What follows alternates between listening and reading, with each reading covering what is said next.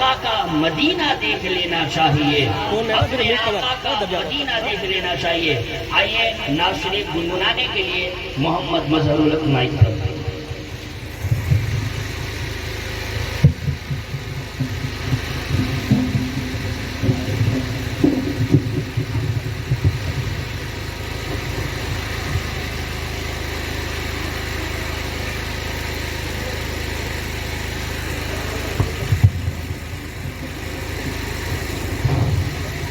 السلام علیکم ورحمۃ اللہ تعالیٰ وبرکاتہ۔ میں ناصر حسین اور سمجھ سے پہلے ایک مرتبہ دن کے دور کے پاک پڑھ دوں۔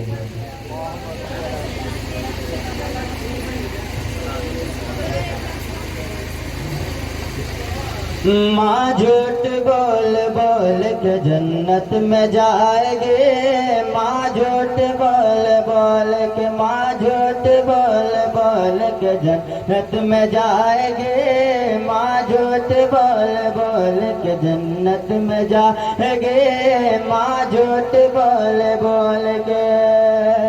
کھانا ہمیشہ وقت سے پہلے پکائیں گے، ہاتھوں سے اپنے سب کو نوالے کھلائیں گے، ہاتھوں سے اپنے سب کو نوالے کھلائیں گے۔ بچوں سے یہ کہیں گے مجھے بھوک ہی نہیں، بچوں سے یہ کہیں گے مجھے بھوک ہی نہیں، بھوکے رہیں گے پھر بھی بہانے بنائیں گے، بھوکے رہیں گے پھر بھی بہانے بنائیں گے۔ کھانا اگر بچے گا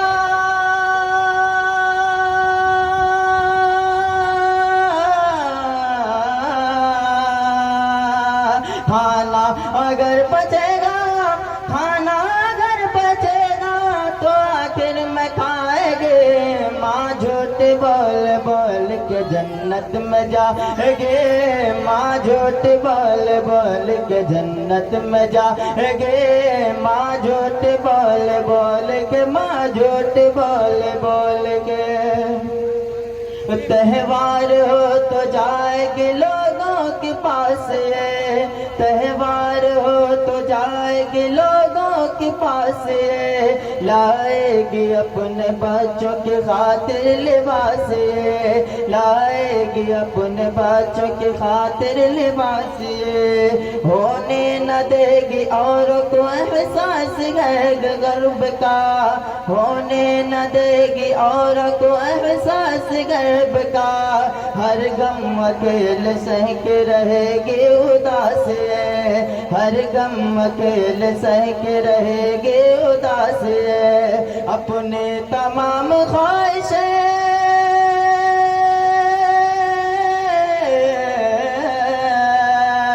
اپنے تمام خواہشیں، اپنے تمام خواہش دل میں دبائے گی۔ ماں جھوٹ بول بول کے جنت میں جائیں گے، ماں جھوٹ بول بول کے جنت میں جائیں گے، ماں جھوٹ بول بول کے، ماں جھوٹ بول بول کے جنت میں جائیں گے، ماں جھوٹ بول بول کے۔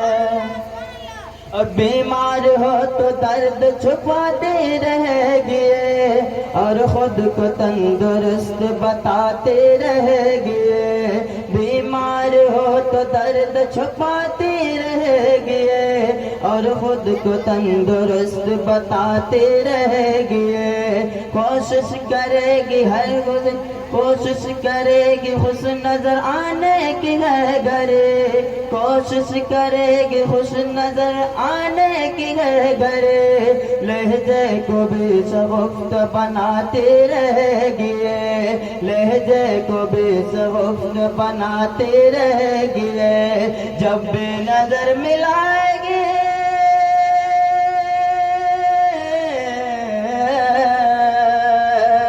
جب بھی نظر ملائے گی، جب بھی نظر ملائے گی تو یہ مسکرائے گی۔ ماں جھوٹ بول بول کے جنت میں جائے گے ماں جھوٹ بول بول کے جنت میں جائے گے ماں جھوٹ بول بول کے جنت میں جائے گے ماں جھوٹ بول بول کے ماں جھوٹ بول بول کے جنت میں جائے گے ماں جھوٹ بول بول کے غربت میں کب یہ چین سے سوئے گی رات بھر غربت میں کب یہ چین سے سوئے گی رات بھر تکیوں کو آنسوؤں سے بھگوئے گی رات بھر تکیوں کو آنسوؤں سے بھگوئے گی رات بھر اور اللہ سے دعاؤں میں مانگیں گی سب کا سکھ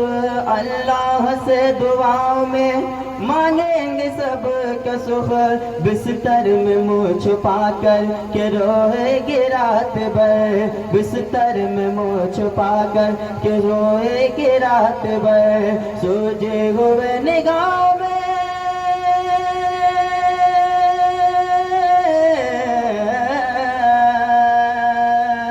سوجے ہوئے نگاہوں کو سوجے ہوئے نگاہ کو سب سے چھپائے گے ماں جھوٹ بول بول کے جنت میں جائے گے ماں جھوٹ بول بول کے جنت میں جائے گے ماں جھوٹ بول بول کے اور بیٹے گئے جو دور تو دے گی دعائیں ہو بیٹے گئے جو دور تو دے گی دعائیں ہو تصویر ان کی دیکھ کے لے گے بلائے ہو تصویر ان کی دیکھ کے لے گے بلائے ہو اور خط میں لکھے گی میں یہاں بالکل مزے میں ہوں خط میں لکھے گی میں یہاں بالکل مزے میں ہوں ہر دم دعا کرے گا کہ بیٹے کمائے ہو ہر دم دعا کرے گا کہ بیٹے کمائے ہو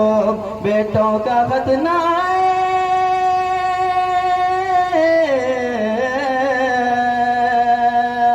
بیٹوں کا خط نہ آئے بیٹوں کا خط نہ آئے مگر نہ سنائے گی ماں جھوٹ بول بول کے جنت میں جائے گے ماں جھوٹ بول بول کے جنت میں جائے گے ماں جھوٹ بول بول کے جنت میں جائے گے ماں جھوٹ بول بول کے ماں جھوٹ بول بول کے جنت میں جائے گے ماں جھوٹ بول بول کے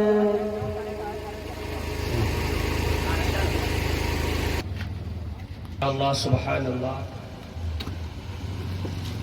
یہ تھے محمد مظہر الحق جو اچھے انداز میں آپ کو نعتیہ کلام سنا رہے تھے ایک مرتبہ سارا مجمع بول دیجئے سبحان اللہ اور بھی جو ہمارے ادھر ادھر بھائی گزر رہے ہیں یا کھڑے ہیں ان سے میری گزارش ہے آپ اس بیان میں سننے کے لیے اس اجتماع میں آپ شرکت فرمائیں پنڈال کے نیچے آپ حضرات ضرور تشریف لائیں اور یہ شعر سماعت فرمائے کہ سردار کریں گے نہ زمیندار کریں گے بولیے سبحان اللہ آپ حضرات خاموش نہ بیٹھے بچے بھی آپ خاموش نہ بیٹھے بلکہ جب بھی آپ کو کوئی بات اچھی لگے تو سبحان اللہ ضرور بولے سردار کریں گے نہ زمیندار کریں گے سردار کریں گے نہ زمیندار کریں گے امت کی مدد سید ابرار کریں گے سردار کریں گے نہ زمیندار کریں گے امت کی مدد سید ابرار کریں گے محشر میں یہ کہہ دوں گا کہ فرشتے چلے جاؤ محشر میں یہ کہہ دوں گا کہ فرشتوں چلے جاؤ اب جو بھی کریں گے میرے سرکار کریں گے اب جو بھی کریں گے میرے سرکار کریں گے اب جو بھی کریں گے میرے سرکار کریں گے حضرات محترم نعتیہ کلام آپ نے سنا اب آئیے میں آپ کے رخ کو دوسری طرف موڑتے ہوئے میں آپ کو نعت شریف سے خطابت کی طرف لے کر چلوں۔ اب آئیے ہمارے بیچ بیان کرنے کے لیے ہمارے اننت پور کے جامع مسجد کے خطیب و امام حضرت مولانا سید گلزار صاحب قبلہ سے میری گزارش ہے کہ وہ مائک پر آئے اور ہم سب کو اچھے انداز میں جو ہے بیانات سنائے اور ہمارے قلوب و اذہان کو منور و مجلہ فرمائے۔ آئیے ان کے آنے سے پہلے ایک شعر سماعت فرمائے، اس سے پہلے سارا مجمع بول دیئے سبحان اللہ۔ شاعر ارشاد فرماتے ہیں کہ حکومت پر نہیں اللہ پر ایمان رکھتے ہیں، بولیے سبحان اللہ۔ حکومت پر نہیں اللہ پر ایمان رکھتے ہیں، نبی والے زمانے سے الگ پہچان رکھتے ہیں۔ حکومت پر نہیں اللہ پر ایمان رکھتے ہیں، نبی والے زمانے سے الگ پہچان رکھتے ہیں، اور قیامت تک اسے گمراہ کوئی کر نہیں سکتا، قیامت تک اسے گمراہ کوئی کر نہیں سکتا جو اپنی رہنمائی کے لیے قرآن رکھتے ہیں، جن سے میری مراد حضرت علامہ و مولانا محمد سید گلزار صاحب قبلہ ہے۔ آئیے ان کا استقبال نعرہ تکبیر اور نعرہ رسالت سے کرے۔ سارا مجمع میری آواز میں آواز ملا کر نعرے کا جواب دے، نعرہ تکبیر، نعرہ رسالت، جشن دستار بندی، مدرسہ قادریہ ربانیہ، مدرسہ قادریہ ربانیہ، نعرہ تکبیر، نعرہ رسالت۔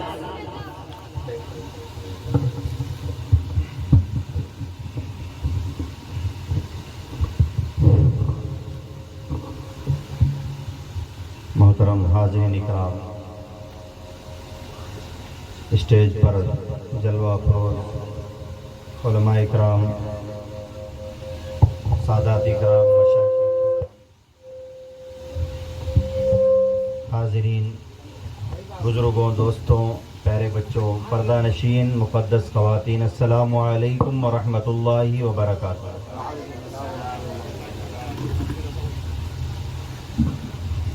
الحمدللہ رب العالمین والعاقبۃ للمتقین، الصلاۃ والسلام علی سید المرسلین وعلی آلہ الطیبین الطاہرین واصحابہ المکرمین وابنہ الکریم الغوث العظم الجیلانی البغدادی وابنہ الکریم خواجہ غریب نواز الاجمیر وابنہ الکریم خواجہ فخر الدین حسن الحسینی جد الامجد اجمعین، اما بعد فاعوذ باللہ من الشیطان الرجیم، بسم اللہ الرحمن الرحیم۔ قل هل يستوي الذین يعلمون والذین لا يعلمون، صدق اللہ المولانا العظیم وصدق رسول النبی الامین المتین الکریم، ونحن على ذلك لمن الشاہدین والشاکرین، والحمد للہ رب العالمین۔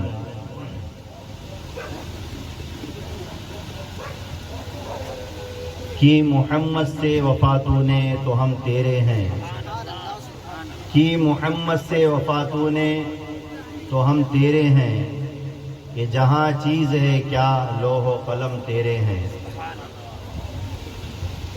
زندگی آمد برائے بندگی، زندگی آمد برائے بندگی، زندگی بے بندگی شرمندگی، زندگی بے بندگی شرمندگی۔ ہم تو مائل بکرم ہیں کوئی سائل ہی نہیں، ہم تو مائل بکرم ہیں کوئی سائل ہی نہیں، راہ دکھلائیں کسے رہ روے منزل ہی نہیں۔ محترم حاضرین اکرام، ویسے بڑے بڑے علماء اکرام یہاں موجود ہیں، بڑے بڑے مقررین موجود ہیں، ہم تو اس قابل نہیں کہ کچھ بول سکیں، پھر بھی چند منٹ کے لیے میں آپ کے سامنے حاضر آیا، انشاءاللہ تعالی علم کی فضیلت میں کچھ باتیں بتا کر میں اپنی بات کو ختم کروں گا۔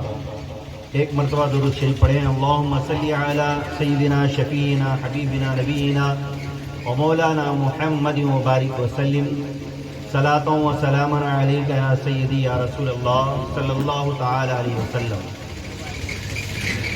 اللہ تبارک و تعالی کلام مجید میں ارشاد فرماتا ہے، اے محبوب صلی اللہ تعالی علیہ وسلم آپ فرما دیجئے کیا علم والے اور بے علم برابر ہو سکتے ہیں؟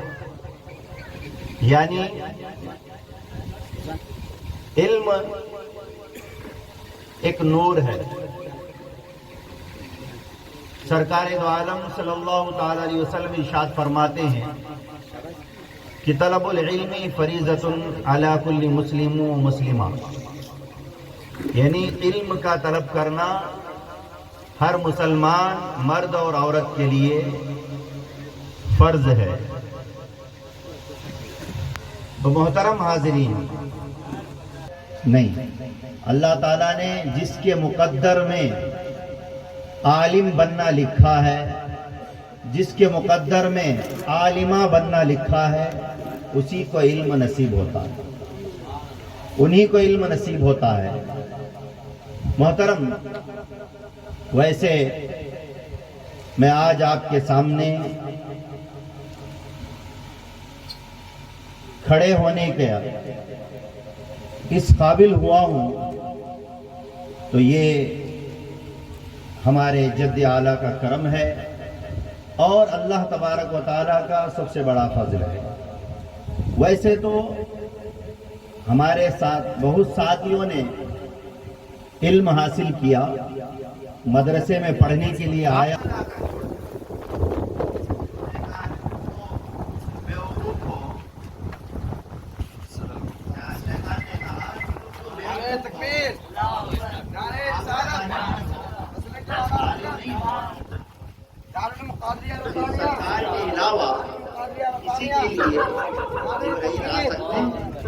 نبیوں کے علاوہ کسی کے لیے جبرائیل آ سکتے ہیں، براق لے کر آ سکتے ہیں. تو محترم، اسی طرح جب جاہد کی باری ہو گئی، عابد کی باری ہو گئی، شیطان وہی جو ہے عالم دین کے پاس آیا اور دستک دیا دروازے پر. نعرے تکبیر، اللہ اکبر، نعرے تکبیر، اللہ اکبر، نعرے رسالت، یا رسول اللہ، نعرے رسالت، یا رسول اللہ، نعرے تکبیر، اللہ اکبر، نعرے رسالت، یا رسول اللہ، علماء اہل سنت زندہ باد، علماء اہل سنت، زندہ باد، نعرے تکبیر، اللہ اکبر، نعرے رسالت. یا رسول. حضرت رضوان پاشا قادری صاحب سجادہ نشین حضرت عبداللطیف درگاہ لاؤبالی کرنول شریف سے تشریف لا چکے ہیں. بس میں اپنی بات کو تھوڑی دیر میں ختم کر دیتا ہوں، زیادہ مجھے ٹائم نہیں ہے. میں عرض کر رہا تھا، ایک مرتبہ درود شریف پڑھیں. اللہم صلی علی سیدنا شفیعنا حبیبنا نبینا مولانا محمد مبارک وسلم.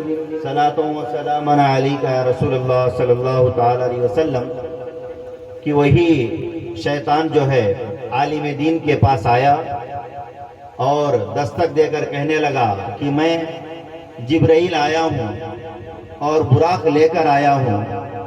تو عالم دین نے کہا، علم کی فضیلت دیکھو، علم کی برکت سے اللہ تعالیٰ نے جو علم انہیں عطا کیا تھا، تو علم سے عالم دین نے جواب دیا کہ تم شیطان ہی ہو سکتے ہو، اس کے علاوہ اور کوئی نہیں ہو سکتے. کیونکہ حضرت جبرائیل سرکار دو عالم صلی اللہ علیہ وسلم کے لیے براق لائے تھے اور کسی نبی کے لیے آپ نے براق نہیں لایا. تو میں کون ہو سکتا ہوں کہ جس کے لیے جو ہے تم براق لے کر آؤ. تو محترم، معلوم کیا ہوا کہ عالم اور زاہد میں یہ فرق ہے کہ عالم علم کی برکت سے، علم کی دولت سے جو ہے ہر بات کو سوچ سمجھ کر جواب دیتے ہیں، اور جو بے علم ہیں وہ سوچے سمجھے بغیر ہر بات کو مان لیتے ہیں۔ محترم حاضرین اکرام، اسی طرح حضور پیران پیر شیخ عبد القادر جیلانی غوث اعظم رضی اللہ تعالیٰ عنہ کی بارگاہ میں بھی شیطان آیا تھا، ابر بن کے سایہ کر رہا تھا اور کہہ رہا تھا کہ میں جو ہے خدا ہوں، تم نے جو ہے بہت عبادت کر لی ہے، اب تم پر نماز معاف ہو گئی ہے، اے عبد القادر تو نماز کو چھوڑ دو، اب بہت زیادہ تم عبادت کر لیے ہو، نماز پڑھ لیے ہو۔ تو حضور پیران پیر روشن ضمیر غوث اعظم دستگیر نے جواب دیا کہ تو شیطان ہی ہو سکتا ہے، تو خدا نہیں ہو سکتا۔ جیسے ہی آپ نے جواب دیا ابر پھٹ گیا اور شیطان جو ہے واپس جاتا ہوا کہنے لگا کہ اے عبد القادر تجھے تیرے علم نے بچا لیا۔ پھر حضور غوث پاک نے جواب دیا کہ مجھے میرے علم نے نہیں بلکہ میرے رب نے مجھے بچا لیا، میرے پروردگار نے مجھے بچا لیا۔ محترم حاضرین، اللہ تبارک و تعالی سب کو علم کی دولت سے نوازے۔ جتنے بھی طلبہ یہاں علم حاصل کر رہے ہیں، حافظ قرآن ہو یا عالم دین ہو، اللہ تبارک و تعالی سب کو سچا پکا حافظ قرآن بنائے، عالم دین بنائے۔ ہم سب کو بھی علم کو سیکھنے کی، سمجھنے کی توفیق عطا فرمائے۔ وآخر دعوانا الحمدللہ رب العالمین۔ السلام علیکم ورحمۃ اللہ وبرکاتہ۔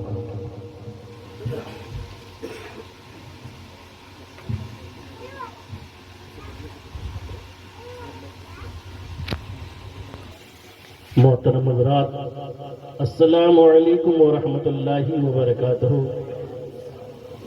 الحمدللہ ثم الحمدللہ، دارالعلوم قادریہ ربانیہ کا 16واں جلسہ جشن دستار حفاظ بڑے ہی تذک و احتشام کے ساتھ منایا جا رہا ہے۔ الحمدللہ آپ تمامی حضرات کا تہہ دل سے شکریہ ادا کرتے ہیں۔ میں اس مدرسے کے ناظم اعلیٰ حضرت علامہ و مولانا حافظ و قاری جناب شعیب الرحمن صاحب سے گزارش کروں گا کہ آپ تشریف لائیں اور گلپوشی کے لیے۔ السلام علیکم ورحمۃ اللہ وبرکاتہ۔ معزز دوستو، آپ کے سامنے حضرت علامہ مولانا حافظ و قاری جناب سید رضوان پاشا صاحب قادری کی گلپوشی کے لیے عالی جناب حافظ ایوب خان کو دعوت دے رہا ہوں کہ حضرت کی گلپوشی فرمائیں۔ نعرے تکبیر سنت، علماء اہل سنت، نعرے تکبیر۔ مولانا نور الحق صاحب کی گلپوشی کے لیے عالی جناب اللہ بخش صاحب کو دعوت دے رہا ہوں کہ تشریف لائیں اور نور اللہ صاحب کی گلپوشی فرمائیں۔ نعرہ رسالت۔ اسلام صاحب کی گلپوشی کے لیے عالی جناب جواد کو دعوت دے رہا ہوں کہ وہ آئیں اور حضرت علامہ مولانا ظفر اسلام صاحب کی گلپوشی فرمائیں۔ نعرے رسالت، علماء اہل سنت، مدرسہ قادریہ ربانیہ، نعرے تکبیر، نعرے رسالت۔ اور آپ کے سامنے حضرت حافظ و قاری مشاہد رضا کی گلپوشی کے لیے عالی جناب جعفر ولی کو دعوت دے رہا ہوں کہ تشریف لائیں اور ان کی گلپوشی فرمائیں۔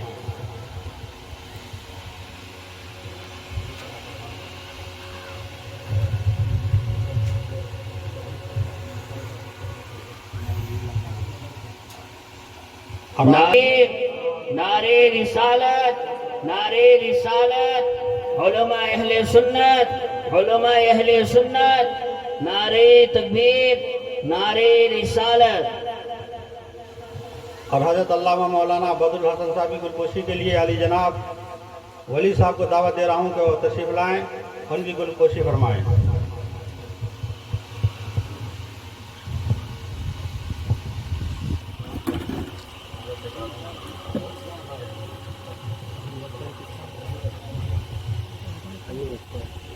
رسالت، نعرے رسالت، علماء اہل سنت، علماء اہل سنت، نعرے تکبیر، نعرے رسالت۔